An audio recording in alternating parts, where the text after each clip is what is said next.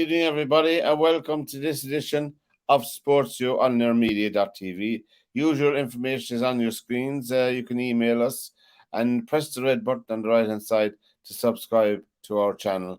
Very much appreciated. Good evening, Joe, and welcome. Good evening, Pat. Good evening, Pavvy, and welcome. I think we've lost Pavvy for a second, but don't worry, he'll be around. His team, well, they had a draw over the weekend, Derby County with Portsmouth, I think.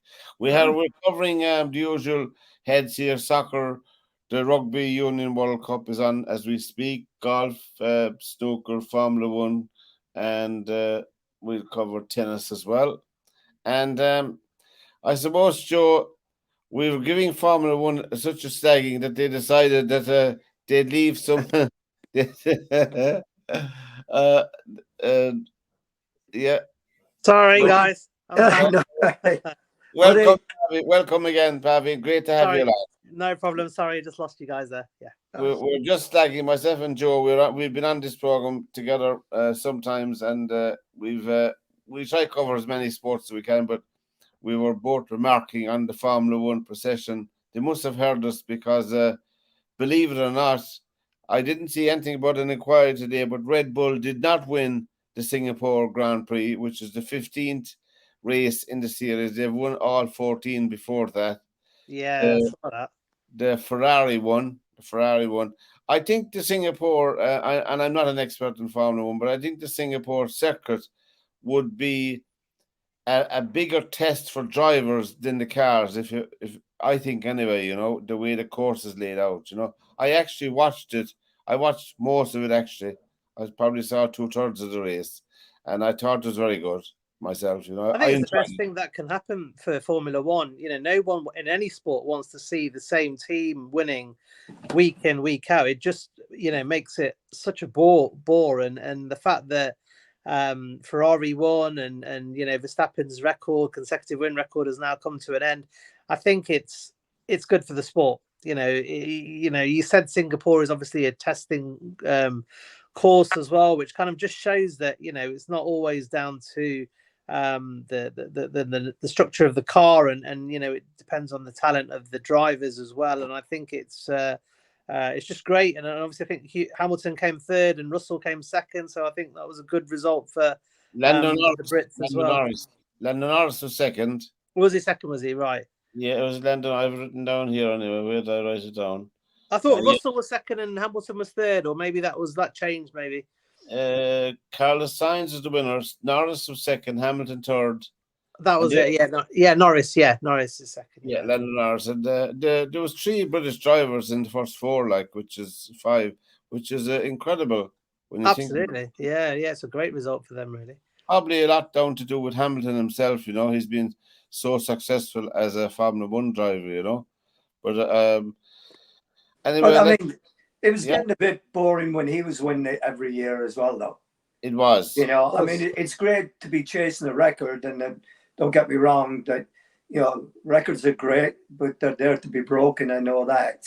Yeah. It keeps it interesting, but it was kind of getting Lewis Hamilton wins again, world champion again, and no, I will say that the circumstances were a little bit dodgy, to say the least. That he didn't win it on, but it is good to see somebody else winning. Yeah, the races during the year, it's good to see somebody else winning and seeing the competition.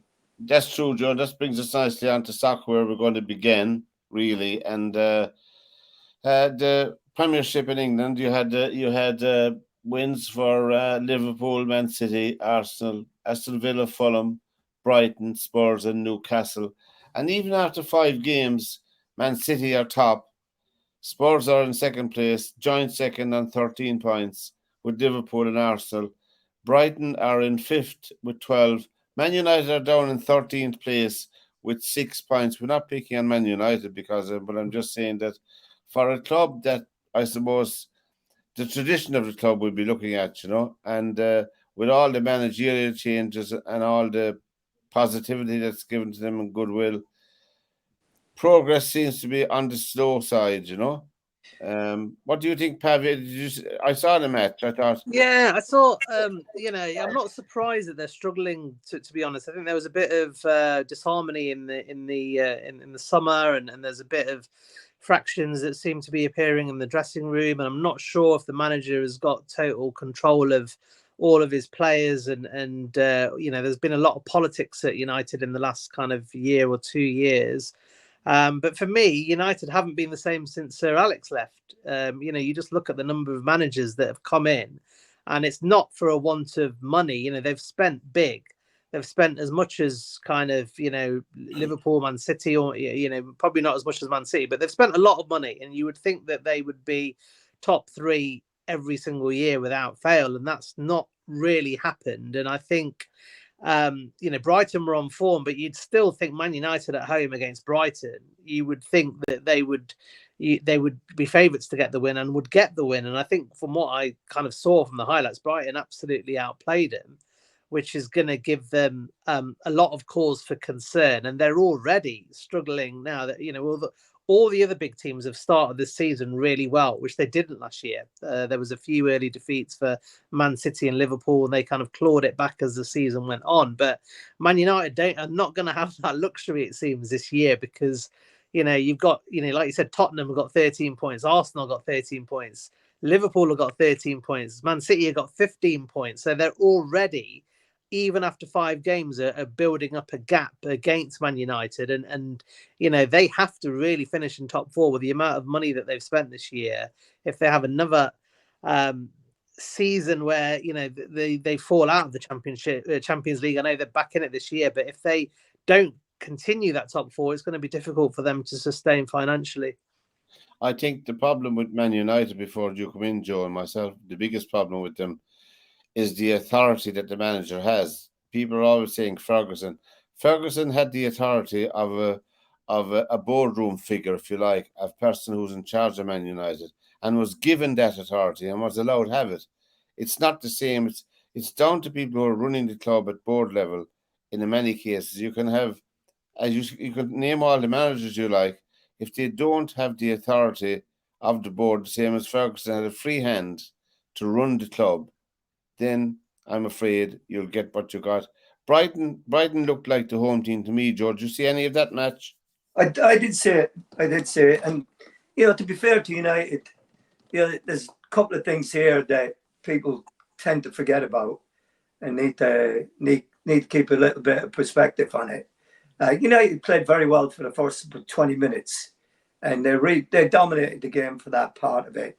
And Brighton were struggling to get a foothold in the game. But then once they did get it, once they scored on that breakaway, then the steam seemed to go out of United, and they just stopped doing what they'd been doing prior to that. But the things that you have to look at, the big picture. You were talking about Sir Alex and what have you. Sir Alex had his right-hand man in David Gill at United. Those two ran the club. Yeah. And when they bought Rooney, they weren't supposed to buy Rooney that year. No. They had to use the next year's transfer budget to get him before Newcastle got him. So, they were able to make decisions like that back then. If you look back at United, and here's one, comparisons. Jurgen Klopp took 5 years to win a trophy at Liverpool, right? Ten Hag has done it his first season. Now, think back to this. Mourinho won 3 trophies at United, I think. He won a European one. He won the League Cup or an FA Cup, something like that. And that wasn't good enough for the United fans back then. Liverpool were ecstatic when they won their first FA Cup. Then you had Louis van Gaal in there. He won the FA Cup and got fired the next day because they didn't win the league. So the expectations in United are so totally out of it. And the changes that have happened have been so quick that nobody has had the chance to really put their stamp on the thing. And Moyes was sacked very quickly as well. Moyes was sacked. Moyes got them to the quarterfinal of the Champions League and get sacked. Yeah. So, you know what? Again, the perception that they should always be challenging for the Premier League. Yes. United got relegated in the 70s. They did. And you know, you look at Ten Hag as manager, and you look at his judgment of men of characters. Bruno Fernandes is not an authoritative figure on the football. But he didn't bring him in. No, but as captain of the team. Yeah, but you know that in Europe and on the continent, they tend to do captains a little bit differently. They tend to go. They don't believe in the English way, the Irish way. The captain is the man that drives the ship and is the one that makes, you know, everything tick and what have you. They usually give it to the most experienced player or an experienced international, not necessarily the best player on the team, kind of thing. And to be honest, the characters at United at the time that they were looking at for a captain, there weren't that many great options. You know, Harry was struggling and there was nothing else. Bruno Fernandes had a very good season the season before, had really grabbed the club by the scruff of the neck and was doing a lot of good things. And so he was the natural choice for it in a lot of ways. But was he the right one? Sometimes you just have to go with who you've got. Well, that's true. That's true. You know, and you make your changes down the road if you have to. But I looked at United on Saturday, and to be honest, I think, no disrespect to the guy, Christian Eriksen, I think has had his day. I was really happy to see him come back from that horrible incident during the Euros that time, or the World Cup, whichever it was, I forget now. But I was so happy to see him recover from that and then come back to the game. And he came back to United and he helped the team out for a little while. But the knock on Christian Eriksen, ever since he was at Tottenham, was that he disappeared in big games. And in this game on Saturday, I watched it again. And I watched the cup final. We talked about it last year when City scored their goal. That whole United, they don't track back. No. They do not track back. And he did not track back for that goal, for the first goal or the second goal on Saturday. So they need those guys that they've just signed in the last couple of weeks to come back and start playing games to get themselves settled in, because they've got 4 or 5 players that are brand new players that they're trying to settle in all over the field, you know. And sometimes maybe Ten Hag is doing a better job than people give him credit for. Well, I mean, we hope he is. I mean, that's Man United probably will. Well, I don't know. It's only after 5 games, lads, and they're, as I said, they have 6 points out of 15. Won. That's Man United. And, but the bigger one is they're 9 points behind City. Yeah. And they're not going to make in a month of Sundays. They're not going to make that up. I don't believe. It's unlikely. Yeah. And well, Liverpool had a very good win as well, and so did Arsenal won their game. Newcastle won. Spurs won.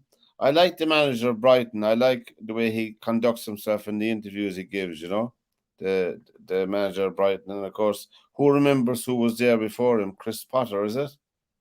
Graham Potter. Graham Potter. Where is he now? There's talk about him getting a new job and being lined up for a job. What one it is, I don't know. Chelsea, and that was a bit of a disaster for him. And he got sacked. Chelsea, but I think he's still looking for work now after that. I'm sure he'll be back soon. But yeah, he did a great job at Brighton. I'm surprised he went to Chelsea, because Chelsea normally like bringing in European kind of global type of managers in. So it was quite a surprise they opted for a British manager. That's right. He really struggled to deal with all of the squad at Chelsea, and they never really had a striker. They spent a lot of money last year, but they never had a proper striker, and I think he struggled to bring them together. But it's your point as Joe. He didn't really have a lot of time to get it. That's what we face now in the Premiership, because there's so much money at stake. Yeah. The managers aren't getting that time that they they deserve. I mean, Alex Ferguson himself took so many years to get things right, and if Mark Robbins hadn't had scored that goal against Forest in the FA Cup and they won that year, he was and if who was it, Smith hadn't missed that chance in the last couple of minutes of the first game when it was 2-2. Yeah.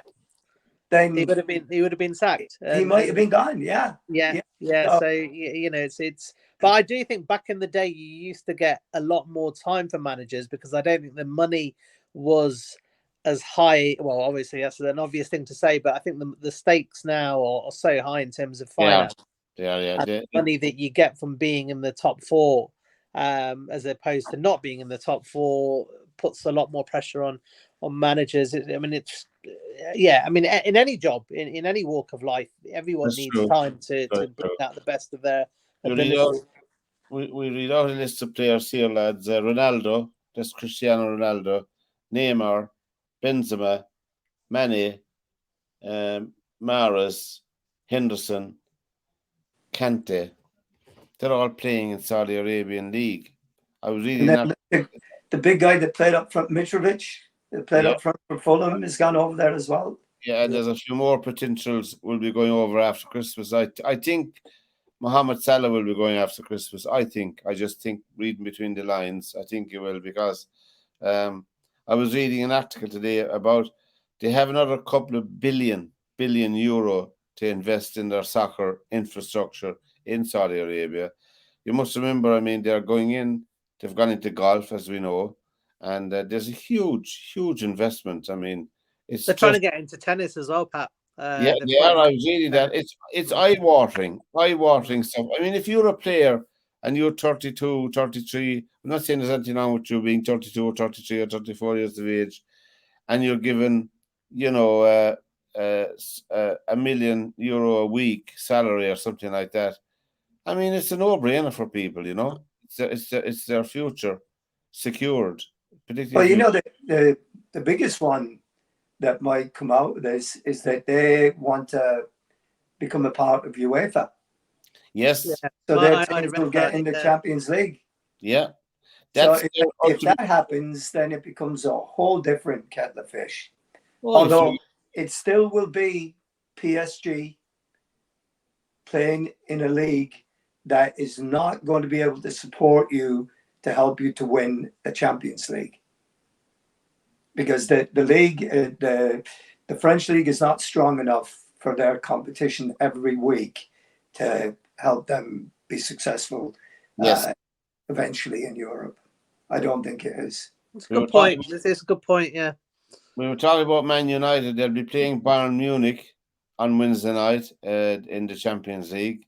In the beginning of the Champions League. We're back to that this week, which will be incredible, Harry Kane possibly could have been with United. Why didn't United get him?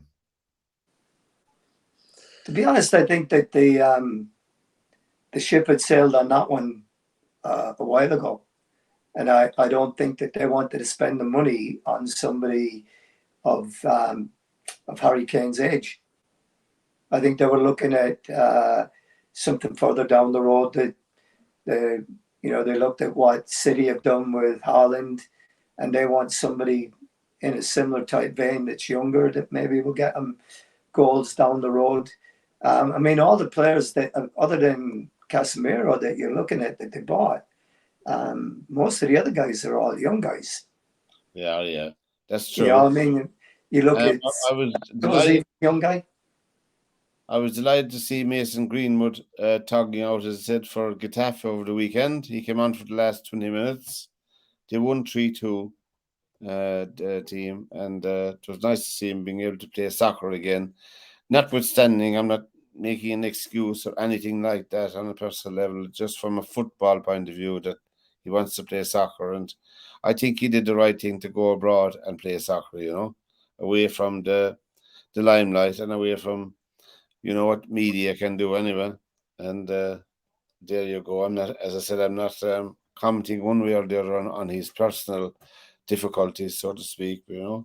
But he wasn't found guilty of anything, and he was condemned and convicted by the media, which is a terrible thing. There's another soccer player in Britain. I don't think he ever got a job again, did he, playing in his club, Yeah, Chet Evans. Yeah. So he used to play for Sheffield United. Yeah, I think he did come back, but in the lower leagues, he never really hit the same standards that he kind of was at. Well, but that that's been the way back in my day. I don't probably, if you remember, Pat, you remember, but there was a guy called Bob Newton. Yes. He got involved in a bad accident after he'd been out in the town kind of thing, and had injured somebody very badly or fatality. I can't remember now, but I mean, and after he did his time, he was able to come back and play and what have you. So I mean, at what point, is soccer the moral judge of, and is sport the moral judge of everybody? That's true. If you, I mean, let's be honest. If you go and rob a bank and you get sent to jail and you come out, then you're reintegrated into society and you're able to get back to doing a job that you were qualified to do before. So why are these guys not able to do that? Especially if they've not been found guilty of anything. Well, that's the disquieting thing for me. If you've gone through the legal process and you've served your time, whatever, I think that you've paid your debt to society, and we're all encouraged to do that. And I think there should be no more repercussions for you then if you want to resume your career. I think more recently, Lee Hughes went to jail for a drink drive offence, and I think there was a fatality involved as well. But I'm pretty sure he came back and played back for Coventry or for West Brom. I can't remember now, but I think he did for a couple of years. But he perhaps obviously wasn't quite the same. But it is, I mean, it's. I suppose, Joe, to answer your question, is I think a lot of footballers now, particularly in the Premiership, are kind of put up as role models, and whether that's right or wrong, I think if they are deemed to do something wrong, whether it's not or not, it's kind of perception is everything now, and there's so much PR involved, PA with a club like Man United that they can't deal with any bad publicity, and I think that's the reason why I think they thought there was no way for him to have any opportunity. I think they put the water out there, put the testers out there to see if he could come back in with a couple of statements, but the backlash that they got, I think they thought it's just too much of a PR nightmare for them, and they decided to let him go. And I think it's like Pat said, it's good for him to just get out of the limelight, get back to playing football, and hopefully, he'll come back as a better person. And if he does, then yeah, why shouldn't he be rehabilitated back into, playing football wherever he wants? If he's good enough, then that should be the main factor. If he loses his edge, then fair enough. But if he's still good enough to play at the very highest level, then if he's come back as a better person and has learned from whatever he's done, then yeah, he should be given that chance to move forward. Of course, no, but you're right. I mean, you're absolutely right though, because once something like that comes out in the public, then the brand is up and it's judged, and their association with it, and with the amount of money that's in the game today, and you lose big sponsors, you are in a world of hurt. Yeah. Absolutely. You're in a world of hurt. So money still talks no matter where But you are. It's talking is louder than ever these days. Yeah. Oh yeah. Yeah. And we're on to the Rugby World Cup, lads, and my heroes over the weekend obviously were Fiji. I thought Uruguay did pretty good against France, Uruguay. I thought I watched the match. I thought they equipped themselves pretty well, you know. But definitely Fiji would be the heroes. Now, obviously, the match between Wales and Australia coming up on when is it coming up? Wales and Australia are playing on Sunday next at 8 o'clock. That takes on a whole new life of its own now, because the winner takes all. The winner takes it all, as I say, and the loser, well, good night, Harry, for the loser, I'd say Wales and Australia. But we guessed the two old wily foxes, Gatland and Eddie Jones. You know, I watched Eddie Jones meeting the press after the Fiji loss, you know. Well, I like Eddie Jones, I must say, you know, I do like him. And I think he's forthright and honest, you know, in what he's saying, you know. I think he's been unlucky in that when he was managing England. I think he did a reasonably good job with England. England, of course, did well enough. They beat Japan. They were expected to beat Japan, but not in the manner the way it turned out, in my opinion, you know. It was poor, you know, a poor fare between England and Japan. South Africa and Ireland, I think, are they're playing next. Where are they playing? Anyway, France and Namibia Thursday night. Argentina and Samoa is a winner-take-all match as well on Friday night at 4:45. South Africa and Ireland's on Saturday at 8 o'clock. Obviously, we'd have to be shouting for Ireland here on this side of the pond, but I think it'll be it has the potential to be a good match. South Africa and Ireland, they're pretty even, the two teams, you know. South Africa are missing two very good players, particularly in the line out on the scrum. Their hookers, their hookers out. They're number 2, I think, and number 5, I think, is out injured. So they'll miss him. He was a man mount and a huge man altogether, you know. They'll miss that in the lineouts. Although Ireland haven't covered themselves in dory in the lineouts, but I think they may have too much of South Africa. I know I'm hoping and wishing, other than practical. I don't know. Did you get to see much of the rugby, lads? Yeah. I've watched every game, and you know what's been really refreshing for me, and the fun part of watching the World Cup actually is watching the Pacific Island teams. Yes, and watching Uruguay play, and the way, you know, and I saw a documentary on the Pacific Island teams, and their philosophy is that they just want to have fun and throw the ball around. Yeah. And, you know, if they were to win 2 tries to 1, they would consider that to be a poor game. But if they lost 6 tries to 4, they consider it to be a great game. You know, because it was. And isn't that what sport should be about? Isn't that what sport should be and about? that's the thing with it, you know. And the guys were, you know, I mean, the guys come out and say, we know what our big problem is. Our big problem is discipline. Yeah. You know, we are not disciplined. You know, that's why the big countries, the top countries, you know, make their way through these matches because they're disciplined. They're well rehearsed in what they have to do. You know, it's like, you know, you're talking about the England game and Japan, right? Well, Japan didn't do bad, but they kept shooting themselves in the foot when they got down to the England red zone. They kept dropping the ball and knocking it on. And they were nervous. Yeah, they were very nervous. And then, you know, I mean, but that was the same with a lot. The Pacific Islanders as well did the same thing.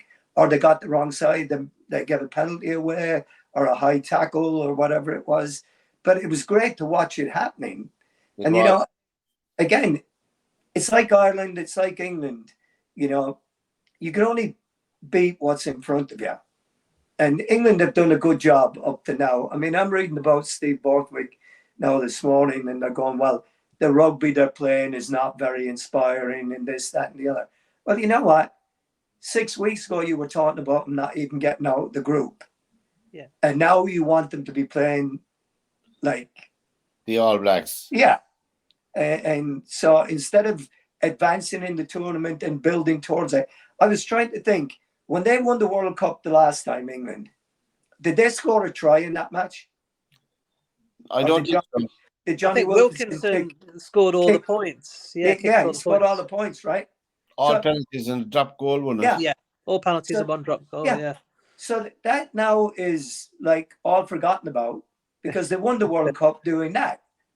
You know. Yeah. So it just blows me away that you're not happy with winning sometimes and advancing. Yeah, you know, we spoke about this 2 weeks ago, Joe. If you remember, we said that England, there was no pressure on England, but we said as soon as they'll start winning and then there's a chance for them to progress, that's when the media starts saying, well, they're not doing it proper. Then they put pressure on, and it's the British media at play again, isn't it? Well, and also I like Chile as well, and I like Portugal. I think they're a bit professional. Yeah. I love the way Portugal played as well. You know, I mean, they made mistakes, but you know what? It was entertaining to watch. No, I mean, Georgia are playing Portugal. That should be a cracking game because Portugal are making high hopes and they're making waves for a good few years. The likes of Portugal and Georgia to have a second. Well, there is a second tier competition in Europe for rugby teams. We never hear of it. It gets no coverage. But the winners of that should have, as winning that, I think there's 7 or 8 or 9 teams in it. They have a lot of games to play anyway in the whole year. But the team that wins it deserves to win it. It's a stupid thing to say, but you know what I mean, with all the games they have and their resources. And I think if there was a point where they could play the last team in the Six Nations as their prize to get into the top tier for the next 2 years, if you know what I mean, give them a chance to bed in or something like that to work towards, It could help rugby in the long run. I don't know. I really think there's some Georgia won the second tier competition, I think, for 7 or 8 years in a row. But what good did it do them? Yeah, where's the stepping stone for them to go next? There's no next step for them and teams like that, and I think it's something that maybe World Rugby might look at. I don't know, I don't know. I mean, it seems unfair that Italy. How many games have they won in the Six Nations? Not many. Over time. Not too many, right? So why does somebody else not get a chance to be able to, like you say, either play off for it or promotion, relegation, and see? It's like in soccer. I mean, if you burst your behind, in the championship and you win it, like Luton Town, the prize is the Premiership. Okay, you mightn't do well in the Premiership, but that's not the point. The point is you get the chance and the possibility to play in it, and the whole club is lifted up. Of course it is. Well, I mean, look what happened to Brighton. Look what's happened at Brentford. Yeah. I mean, are you telling me that there's not other people out there that once they get into the Premiership can build a model like Brighton and like Brentford? No, Luton are trying to do a little bit of it right now with getting decent players in, but keeping the wage structure on the lower side of it so that they can maintain what they're trying to do. And, there's other clubs able to do that as well. And I think for the smaller clubs, that's kind of maybe a way forward for them.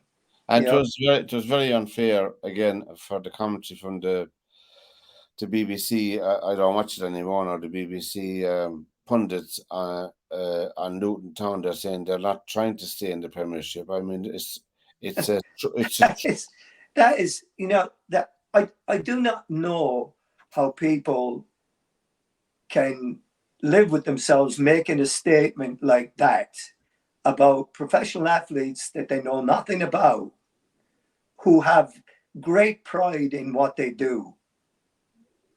Right. And I don't care what level of player you are. Once you step on that field, all you are doing is representing yourself first of all, and then your club.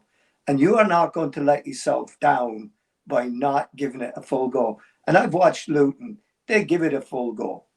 They give it a go. They do. I watched Sheffield United against Tottenham on Saturday. They gave it a go. Their manager They were very unfortunate. The manager was absolutely incandescent with rage. Oh, I know.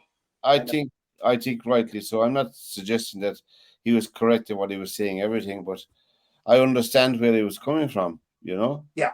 And no, I will admit, and probably, I don't know, did you see that game? Did you get a chance to watch it? I saw his comments afterwards, and I saw that he was absolutely furious, and I knew that Sheffield United obviously were leading for most of that match, and conceded twice in 97 and 99 or something like that. It was ridiculous, but yeah, I do agree with him, and I think we've talked on it before as well, but I do think the smaller teams do get treated differently to the bigger teams in the Premier League or in any sports. You'll see it locally here. I see it in junior soccer as well. You know, a team with a reputation will always will get the rub of the green, so to speak. But I would disagree with Paul Higginbottom on one thing, and that the penalty that was overturned, right? I cannot believe that you would give a penalty against the player who has his back to the ball is past him, and the player behind him wins the ball, and he's jumping to compete with the player behind him to win the ball. The other player wins it and knocks it down, and it inadvertently hits his hand. That is ball to hand. That is not hand to ball. Yeah. And that's supposed to be the law for a penalty. Now, the other thing here is that the Sheffield United player had his hands all over the Tottenham defender's shoulders. That is a foul. It is. And that foul led directly to him winning the ball to hit the ball off the Spurs player's hand. So you have two wrong parties here, apparently. But for Paul Higginbottom, it's okay for his player to be all over the Spurs player with his arms. And that shouldn't count. But the penalty should count. So that to me was a good call. That I can live with that one. Some of the other ones I couldn't live with, or I don't like. But I always thought that you can be offside if you're not directly involved or interfering with play at the goal stands. I always thought that was the rule.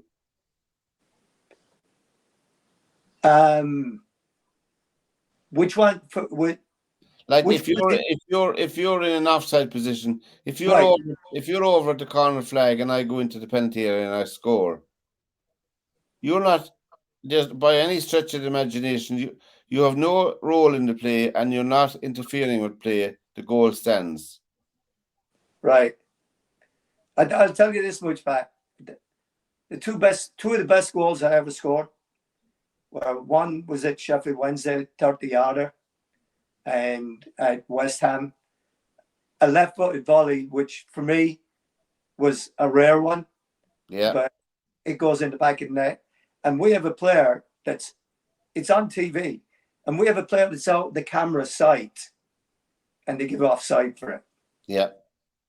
So, but it's also in the rule book. And they change it also states, I think, in the rule book that the referee's decision is final, except 2 or 3 heads up at VAR at the camera. That's not in the rule book. Right. At all. To me, how can they overturn the decision of the referee on the pitch? Well, they can only advise him, right? Yeah. They can only advise him to take another look at it. Now, offside, they put up there. I know that. Yeah. It's. I mean, sometimes you feel like you'd be better off going the old way with it and let the linesman do his job, or the lines person do their job, and the referee do their job. Yeah. And their call is the be all and end all of it. And no replays of anything, no replays in the stadium, because that's what causes all the problems. Yeah. The replays on the big screens in the stadiums now, it's like that. all of a sudden it goes. The referee should be mic'd up to the public address saying the reason for overturning the goal or overturning the decision is A, B, and C, and that's it. Everybody is cool then with it, you know. Yeah. We've spoken about VAR, and it's the 21st century bane of our lives, I think, you know. Yeah, well, you know, I mean, sometimes, I look at the rugby and the, the bunker situation that they have, where they take time to revisit something, and then afterwards they come with a decision. I don't know if that would work for soccer, because there's no yellow cards that you have to go and sit out for a little while. But, but just to the point of, I watched the Liverpool game yesterday, right? Yeah. Again this morning, Alexis McAllister gets a yellow card, right, for pulling the arm of a Spurs player 3 minutes into the game, right? So that's a foul. Pulling the guy's arm is a foul and is worthy of a yellow card. Yes. But a guy putting two hands on the shoulders of a defender to gain leverage is not a foul. Well, that's because it's in the box. They'd have to make a decision. Isn't that true? Right.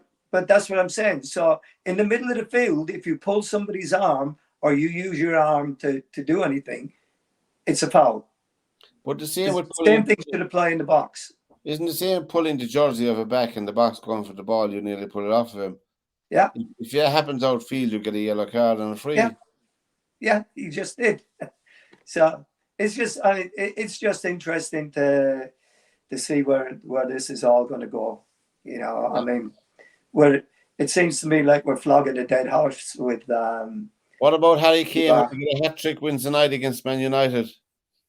Do you think? No. No. They're joint top with Bayer Leverkusen, and they drew 2-2. He's the first player, I don't know how many years, to score in the first 4 league matches in the Bundesliga for a long time. That's Harry Kane. So you're talking about. I do fancy him scoring against United. I don't know if it'll be a hat trick, but I think. What about Danny? Didn't Danny Welbeck do it? Yes, he did. Yeah, he did.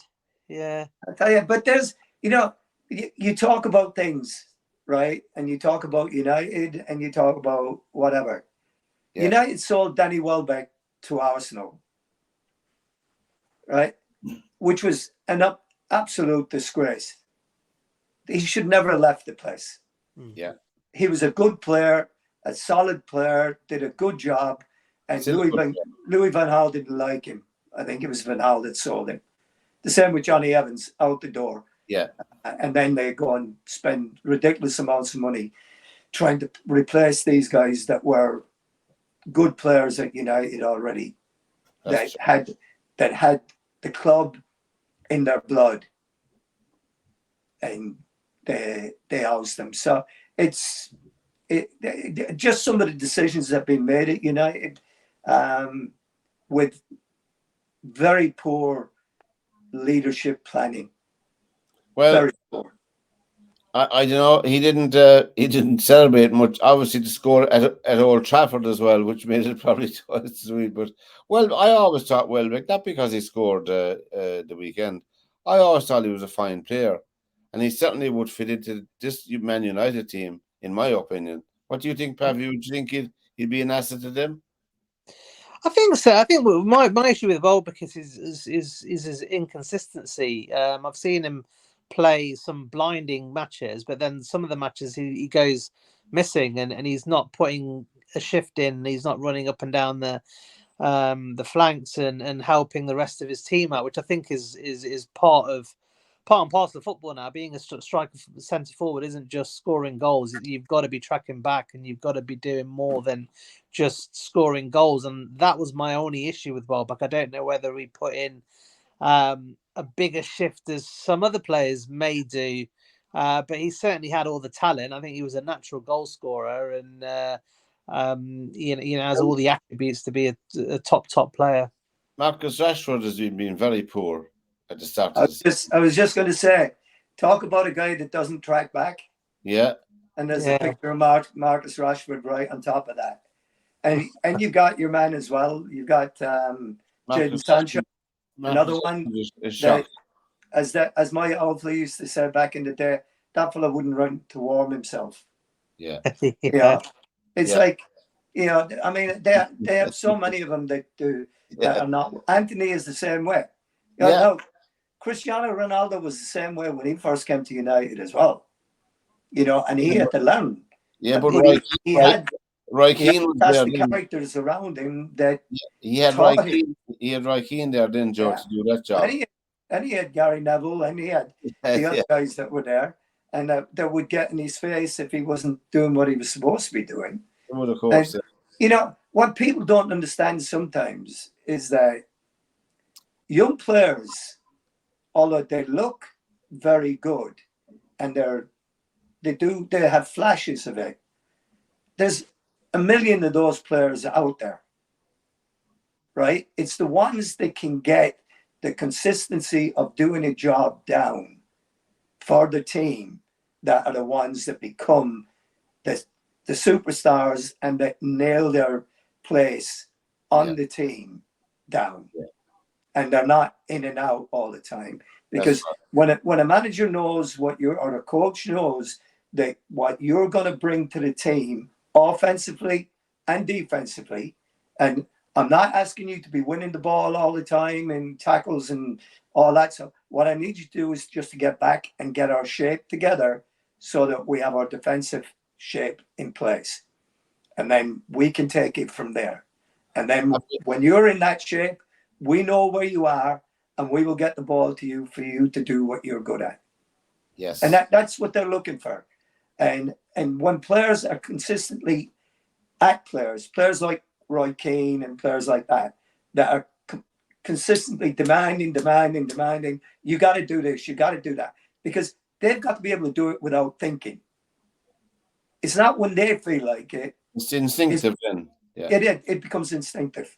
Yeah. And that's the difference. And that's the strength of character that you have to have as a player. Yeah, we talked about it last week. Djokovic, does he ever take a point off?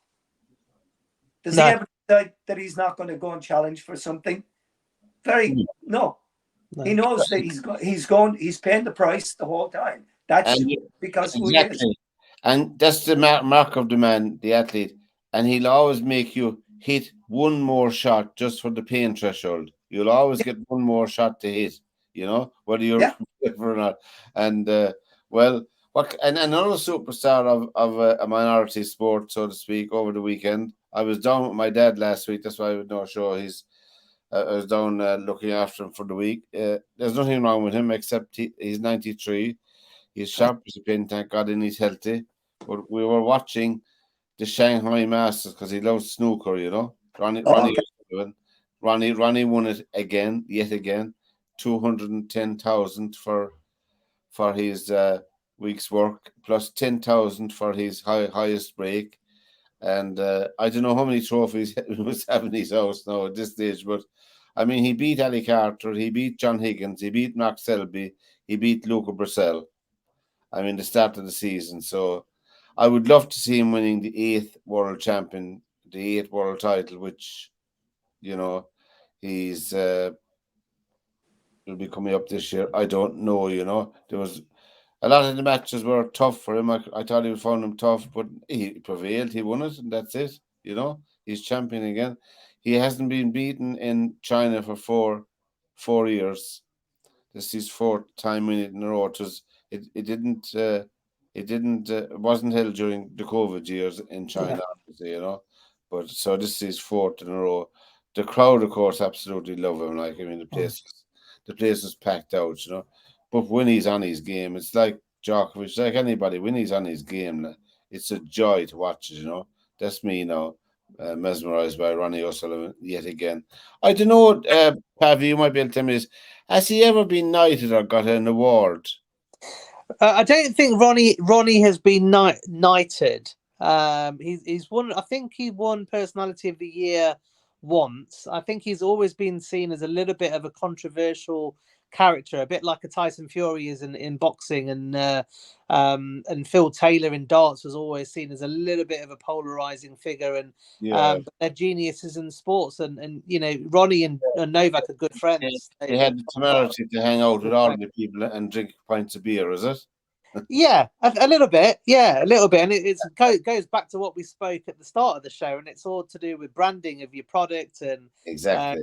you've got to be seen to be doing the right things all the times. And Ronnie in the past perhaps has said things that I respect him for, because he'll say kind of how it feels, but some people won't want him to be so outspoken on certain on things. But I think he's a genius, and I think all geniuses are a little bit crazy. And I'll put Tyson Fury in there, I'll put Ronnie in there, I'll put Phil Taylor in there, I'll even put Djokovic in there. I think that they're, when you get to that level where you are the top of your sport, and if everyone knows that if you're on it then no one can compete with you, then I do think you have to be a certain type of character, and I love all of them. I love Ronnie, and I love, obviously love Djokovic, love Tyson, but yeah, Ronnie on his day, I think he knows if he's at his best, then no one can beat him still. And I think Djokovic knows that as well, that if he's at his best, then no one can beat him either. I mean, John Higgins was 5-2 up during the in the Shanghai Masters. He was 5-2 up. It was the first to 6. He was 5-2 up, and O'Sullivan won the next 4 frames. I mean, I think it's a silly thing to say, but I firmly believe it. He won those 4 frames simply because he was Ronnie O'Sullivan. Yeah. I can see that, and he loves China. He's one of these. He's a people's champion, and he gets that love and support from the crowd, and he loves that. He thrives off it. He does, yeah, he does, yeah. It's a little bit like we talked about, we talked about City last year. They might be, they have the confidence that they'll run off 6 games in a row, no problem. Yeah, win them all. Ronnie, same way. Once it gets in a groove like that, it was just the way you are. It's a mindset, and the person playing against you is going, after you win the first one, he goes, yeah, what's starting here? And that's the difference in the whole thing with it. Oh, he's starting to put a run together here. And when he played Mark Selby, Selby was 7-6 up. It was the first to 10, and we both were looking at him. My dad and I said, Selby is playing very well here. He's very, very hard to beat. When he's on the table, very hard. Selby, that is. But Sullivan leveled up the match in a terrible frame of snooker. They both had 4 or 5 chances each to win the frame, but he won it, and he won 10-7 in the end. That was it. So, who won the World Championship this last year? Luca Bressel from the Belgian Bullet. That's what he's known as, the Belgian Bullet. So I have stories, right? So I was here one day. We're getting a remodel done on our house, right? And I had a guy coming in doing the crawl space in the attic, doing work for it, and we got talking. He was Jewish. He was a Jewish guy, right? Yeah. And we're talking, and he starts talking to me about snooker, and he asked me about, do you know anything about snooker? He said, because snooker is not a very popular game here, and my brother Dermot was visiting at the time. Yeah. So I said, I said, I just watched the World Championships, and I said, your man's name, and he said, he won it. And I said, yeah. I said, he came from behind to win it. And he had to make a real good run. And he says, So he pulls up a search. And it was the European Championships in the 90s, sometime in the 90s to early 2000s. Played in Malta. What's the guy's name that won the World Championship? Luca Bressel. Luca Bressel beat this guy in the semi-final of the European Youth Championships in Malta that year. that year. Wow. And he said, look at Brazil is the world champion. Yeah. He said, Joe, and I'm doing your crossface. Yeah. That's life. So, yeah. Did So you tell him? the Did you guys tell him there, I want the floor as smooth as a snooker table? yeah, exactly. Leo Pinash is the guy's name. Great guy. So Yeah. he's a good friend of mine now. So it's just like, Is it- how does that happen? You know, in a walk of life, life is so interesting in the people that you meet, and you never know who or what they've done before, you know, and what their aspirations were. So I love that story. Yeah. It's great when you get to meet some of your heroes, whether they're sport or whatever in life, you know, and the circumstances are always when it's least expected. And in my case, one time, totally tongue-tied, I could tell you everything about this musician. I could tell you the color of his shoes or his socks. You know, I used to do a jazz program on a radio station, and to go into a bar in a hotel and to see him sitting there on his own, the shock would be like you, Joe. The shock, and you'll be torn. Will I go up and sit beside him?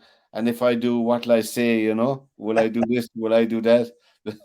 You know, it's incredible. All right, the world is a small place. We wish Derby County every success. We wish Leicester City every success, and Derwin, we do wish Man United every success as well. We'll see you there. Derwin is probably preparing. We'll have a Ryder Cup special, I suppose, with him next Monday night. We're talking about the Ryder Cup. It'll be on the weekend after that then, you know, over in Italy against the Americans. So they're all gearing up for it. Our Ryder Cup team, we didn't cover golf tonight. Our Ryder Cup team, a lot of them played very well over the weekend in the BMW, which was won by Ryan Fox. Anyone remember his dad playing?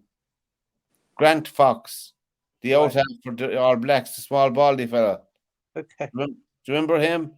Name rings a bell, yeah. Yeah. Grant Fox, that's his son Ryan Fox, who won the BMW at Windward Golf Championship. Well, I did not know that, and I would not. Grant Fox was a small out half, baldy heading him. God, he was. But didn't the All Blacks have another one like that? Sid Going. That's it, Going as well. Yeah, he was. Yeah. And didn't he play in the match against Munster when we beat them at Tuma Park? He did. Yeah, he did. I was there that day. There is an aisle. Yeah, there is an aisle. That's the famous Munster rugby song. A Bonnie Aisle, yeah. Yeah, we'll give you a rendition of it somewhere. We've reached the end, lads, of another show, and it's brilliant having you along, giving up your Monday night.